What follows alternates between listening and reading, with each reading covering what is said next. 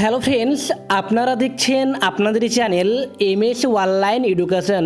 Friends, এই মুহূর্তে পাওয়া খবর, বিজেপির জয় নিয়ে সন্দেহ দূর, 18 আসনে জেতাই, 21-এর টার্গেট দিলেন অমিত শাহ।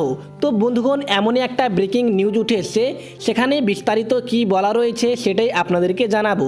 তো আশা রাখবো ভিডিওটা প্রথম থেকে শেষ পর্যন্ত দেখবেন, আর ভিডিও দেখার সঙ্গে সঙ্গে একটা লাইক বাটনে ক্লিক করে একটা লাইক করে দিবেন, আর এই ভিডিওটাকে প্রচুর পরিমাণে বন্ধুদের মাঝে শেয়ার করে জানিয়ে দিবেন।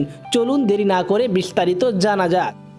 ভিডিও শুরু করার আগে আপনাকে করবো একটা ছোট্ট রিকোয়েস্ট, আপনি যদি আমাদের চ্যানেলে নতুন এসে থাকেন তাহলে এই লাল রঙের সাবস্ক্রাইব বাটনে ক্লিক করে পাশে থাকা বেল বাটনে ক্লিক করার পরে অল নোটিফিকেশনটা অন করে দিবেন। 2021 বিধানসভা নির্বাচনে বিজেপি কত আসন পেতে পারে তা নিয়ে ভবিষ্যৎবাণী করলেন কেন্দ্রীয় স্বরাষ্ট্রমন্ত্রী এবং তথা বিজেপির সর্বভারতীয় সভাপতি অমিত শাহ। তিনি জানান, আসন্ন 2021 সালের বিধানসভা নির্বাচনে বিজেপি 2/3 সংখ্যাগরিষ্ঠতা নিয়ে পশ্চিমবঙ্গে সরকার গঠন করবে। সম্প্রতি এক সাক্ষাৎকারে এই ভবিষ্যৎবাণী করেছেন বিজেপি প্রধান। 18টি আসন জেতার পর আর সন্দেহ নেই। একটি সর্বভারতীয় চ্যানেলের সাক্ষাৎকারে অমিত শাহ বলেন, এর আগে বিজেপি জিতবে কিনা তা বাংলার মানুষের মধ্যে সন্দেহ ছিল। যখন আমি বলতাম যে আমরা 23টি আসনে জিতব, তখন লোকেরা আমাদের সন্দেহ করত, কিন্তু আমরা 18টি আসনে জেতার পর সেই সন্দেহ আর নেই। আমরা আমাদের লক্ষ্য পূরণ করেই ছাড়ব। তিনি আরও বলেন, অন্তত 3টি আসনে ভোট কারচুপির ফলে আমরা 5 থেকে 7,000 ভোটের ব্যবধানে হেরেছি। তা না হলে আমরা আমাদের টার্গেট পূরণ করতে পারতাম।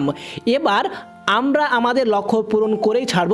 বিজেপি বাংলায় 2/3 সংখ্যাগরিষ্ঠতা নিয়ে পরবর্তী সরকার গঠন করবে। বিজেপি 200 আসন টপকে যাবে। এ কথার পুনরাবৃত্তি ঘটে বিজেপির রাজ্য সভাপতি দিলীপ ঘোষের কথাই।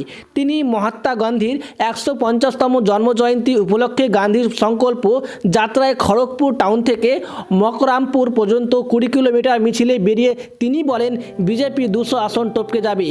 এবার বিজেপির জয় কেউ আটকাতে পারবে না। তৃণমূলের দিন শেষ হয়ে গিয়েছে। সাকুল্য 60টি আসন পেতে পারে মমতা। পুজোর আগে বিজেপি নেতা মুকুল রায়ও একই কথা বলেছিলেন। তিনি বলেন, তৃণমূল কংগ্রেস 2021 সালে বিধানসভা নির্বাচনে 60 পার হতে পারবে না। সাকুল্যে 60টি আসন পেতে পারে মমতা। এর আগে মুকুল রায় বলেছিলেন, তৃণমূল কংগ্রেস প্রধান বিরোধী দলের মর্যাদাও পাবে না, অর্থাৎ 30টি আসনও পাবে না তৃণমূল। এখন তা বাড়িয়ে 60 করেছেন। তো বন্ধুগণ, আশা করি আপনারা বুঝতে পেরেছেন। এই ছিল আজকের আপডেট। ভালো থাকবেন। Thank you.